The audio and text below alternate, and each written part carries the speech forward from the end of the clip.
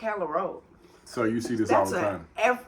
There's a guy that's viral. He literally walks around with just a little patch. He's a very, very, very dark skinned guy, and he walks around. He looks like he just walked out of the jungle because he has a little patch. The crazy part about that dude is that he has a very supportive family. Like he got families. His family is strong. Like he ain't like no street dude. Like from my understanding, again, this is just my perception and what I've heard. But like when I see videos of him online, his family is up under there. And then I talked to Kentavious, my nephew, and he's just like, man, I used to go to school with this dude. He's a smart dude. The same thing we were just listening to with Script Puller with, we as people of melanin, we are closer to God pertaining to his, in reference to his perception of the situation. And he was saying that cocaine has something that connects to your melanin. Mm-hmm. Some of us don't need drugs because we're already on a specific level. But with my man, again, I'm not a doctor and I wasn't there. This is just me, just hearsay. So what was taking place is that I guess he popped the pill or took some drugs and it just pushed him over too far. So now you have he got somewhere to go. He don't have to be out there. Well, he don't be out there every day. You just see him on certain days. Yeah, but I've been on Calla Road for 7 years and I see him faithfully at least 8-9 times a year. Wow. And then you also one day me and Nina was driving in the Circle K, right down the street from my house. Literally, we drove by and I was like, that man looked dead on the bench. And Nina said when she dropped me off at work, she said she came back, the police had a sheet over him. Seeing somebody. Yeah. See, now here's the scary part. The scary part is that these people are incarcerated. So they're in the confines. These are people that taxpayers have paid for them to have a public defender. Mm-hmm. Taxpayers have paid for the judicial system to function in a way in which it's going to produce positive results. Mm-hmm. Taxpayers also pay for the facilitation of this prison facility throughout the officers, the medical care, what they mostly pay for is the security to understand that when somebody unlawfully moves through this state, this region, this county, that they'll be arrested, they'll be tried, and they'll be convicted, and they'll be secured. We'll be safe with them going through the system. What's taking place is that the prisons are understaffed. When they're understaffed, as opposed to having 2 officers working a dorm, you got 1 officer working 3 dorms, which also, they don't get paid enough. The officers don't get paid enough. So when a young dude is like, I give you blase squaze, all you gotta do is bring this in. Mm-hmm. It's not an issue. That's why you'll see so many different cases of drug overdoses have increased. Drug use is ridiculous. Then they got new drug. Like when I was in jail, I'm pretty sure maybe somebody had some crack, maybe somebody had some cocaine. The most I seen was pen joints. I was never aware of anything else. I never saw a cell phone the whole time I was out. But mind you, we talking 15, 16 years ago. So now everybody got a cell phone. So, but when you take a place where you got I don't know if you just been around a bunch of bad, uneducated, hot-tempered people all at the same time with not a lot of supervision, but shit get weird very, very fast because somebody is deemed to be in charge and somebody is deemed is the victim.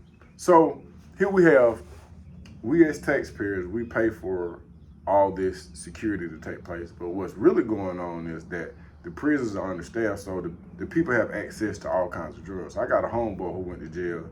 He was all A-town player. He came home, he was addicted to meth. So these people in jail right now, both of them probably high. They got this K2 or K12, whatever it is that's going on. People, they ODing. They getting high, they killing each other, they stabbing each other up. It's just a whole bunch of weird stuff. And the governor is just sitting back like, I don't know if this is a part of a plot. I don't know what's going on, but nobody's really talking about it. And they just had a march on the 1st.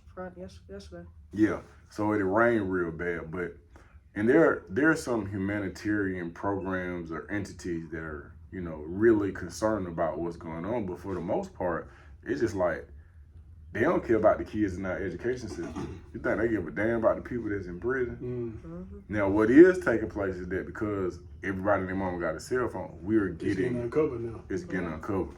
But I have had, since I have been posting these videos, I'm off of YouTube for 1 week. I had one that was going viral on Instagram. I got a warning, and that video got taken down. Then on TikTok is so kid friendly, I guess, that I was given. Right now, when you go to my TikTok page, this is what it said at the top of my page. It says, hold on. At the top of my TikTok page, it says, account warning. So everywhere that I've been like posting and getting some type of movement, I even got a message on Facebook. I've been on Facebook for 30 years. So you need a prison video? All I did was Facebook on this, and let me see. What I said on Facebook was this. I say, my birthday is coming up March 4th. I say, on my birthday, go buy you a gift. Go buy you some ammo. And if you can, pick me up some 9mm or some 223. Oh no, they took that down. They took that down. Really? And I've never had anything removed from Facebook. Yeah, but you know, I kind of think about social media. I kind of like just been like on this line, and I ain't trying to create no revolt or nothing like that. But you ain't really talking about nothing. You ain't really saying nothing. And the righteous shit that you is, nobody's paying attention to it. You know what I mean? But when people start paying attention to certain things, you start to get eyes on you that you may not necessarily want on you. So that could be what's taking place, or I could just be tripping. But at the end of the day, as long as I've got breath in my body and I have a little common sense, I'm gonna bring awareness to something. But it's not just that I'm bringing awareness to. I'm bringing awareness to the defunct education system, what's going on inside the prison system. Juvenile, but then also to those people coming home. Hey man, you ain't gotta break the law. You can actually, sometimes it be rough, but bro, you can lawfully gain financial blessings by way of hard work and perseverance and all that good stuff. So I'm gonna continue to do that. But in reference to this, you got some people that then got high, and you got some people that's recording them, and the word is getting out. Because you know, before, like, dude, you go there, but you ain't got no voice. Like you behind brick walls, bro. With the window that big. Yeah. You know what I'm saying? Like, you ain't got no voice. You know what I'm saying? Like, I got homeboy that don't went to prison. I got homeboy in prison right now. And you just deal with it. You just deal with it. Yeah. It's like you can get your voice gone, man. Well, and I also think it's because as like somebody that like I've never been arrested, never been to jail. And I think that sometimes it's hard to sympathize for people that, but I feel like this. I ain't never been in jail, and I ain't never been arrested, but I have done things that I should have been arrested for. I should have gone to jail for, and so I think that like the average person, whatever that may look like, they have a hard time being like, we got to fight for rights of prisoners. But I think the way that you just kind of presented it is a different way to look at it. Is like, y'all paying for this. Yeah. Like, y'all okay with this? Yeah. And then when it all comes down to it, if they don't kill each other, these people are not in here, most of them are not in here for serious crimes. They gonna get out. They don't come to your neighborhood. Yeah. Where's the rehab?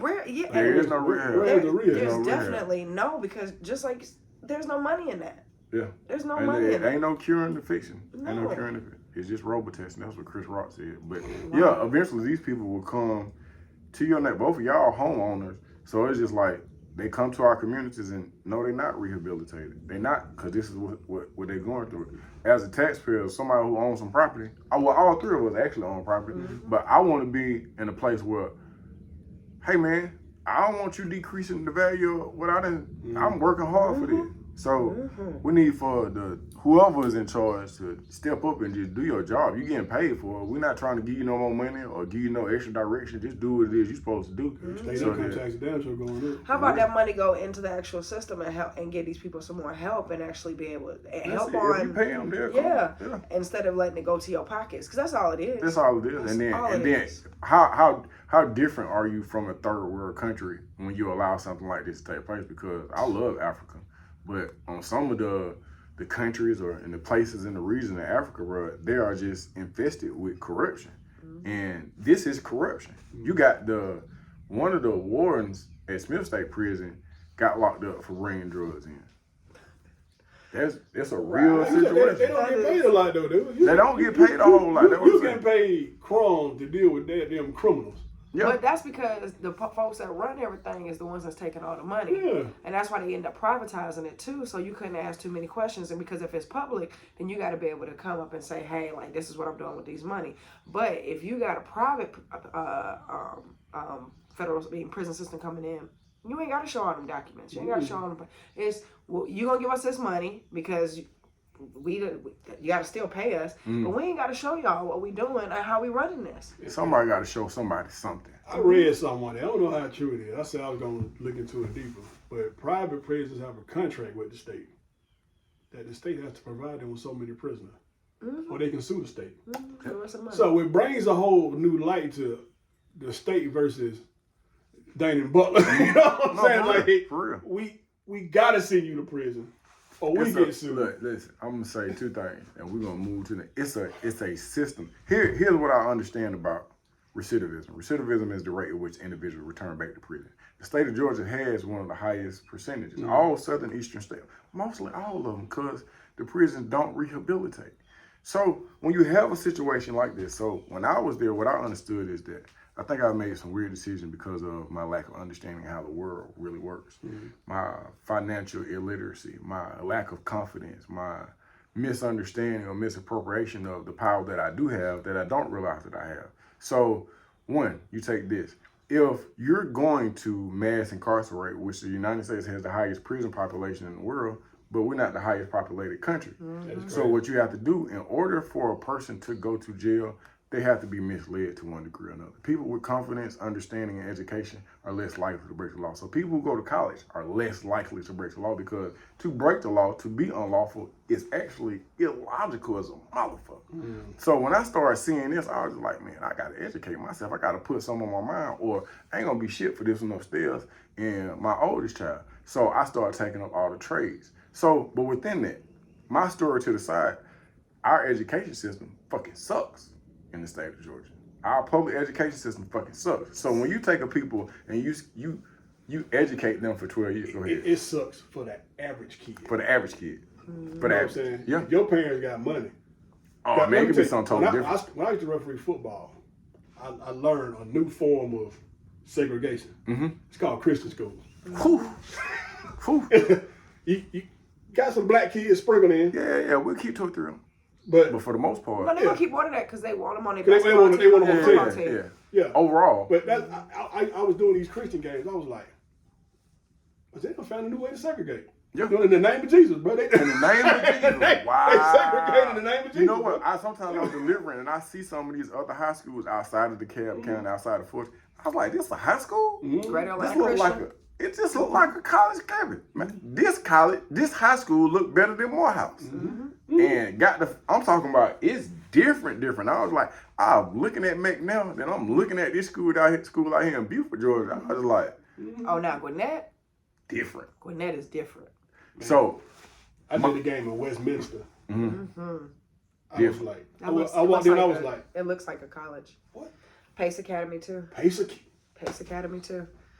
And then you go in there and you just see walls and walls and walls of records. Most of the black kids that are there are straight from Africa. A lot of them aren't like homegrown kids. Yeah. Man, Pace Academy, we had a tournament there. It was a young African girl from Nigeria. I was like, these jokers has found a new way of segregation. That's crazy. We're gonna charge you. If you can afford it, you can come. And if not, most black folk being. No, and the ones that can't afford it and you play a good sport, we'll give you a scholarship. We'll give you a scholarship. We'll give you a scholarship. But you got to be dropping 30 a game. You got to. You got to be dropping about 30 a game. Link you up with one of these white ones. You got to be dropping about 30 a game. And you can stay at our house. You know what I'm saying? We'll be your school family. We got you. The blind side all over again. Yeah. For real. When you have a situation, it's a well-oiled machine, man. It's just a well-oiled machine, and I dare you to change it.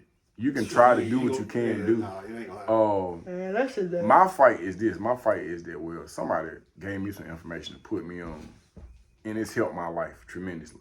So if I'm getting this information, then I have a moral obligation to pass that information on. But when you get it, you have an obligation, and so far, and so on. But when I look at it when I really look at it with a realistic eye, I get phone calls where I have to just stop talking to people because I'm just like, as soon as they see you doing something positive, they give you a call. Oh, yeah. My son is going through this. My son, hey man, if I tended to all y'all sons, I wouldn't have no life for myself. Mm-hmm. But that doesn't mean that because I can't help them that there's not a need, because it's definitely a need. But we're gonna end this video, and I'm gonna say this: if you understand something, if you have a tad bit of knowledge on anything that can help somebody, whether it be helping them tying their shoe or helping them change a tie, where you got an obligation to show somebody who don't have that information. Mm-hmm. That's the only way that we as a people, whether it be white, black, Hispanic, whatever, that's the only way that we do get better. Because when you know better and you have a clear understanding, you make better decisions. And you should want you and your enemies to make better decisions when it comes to ethics and just operating from a position of strength.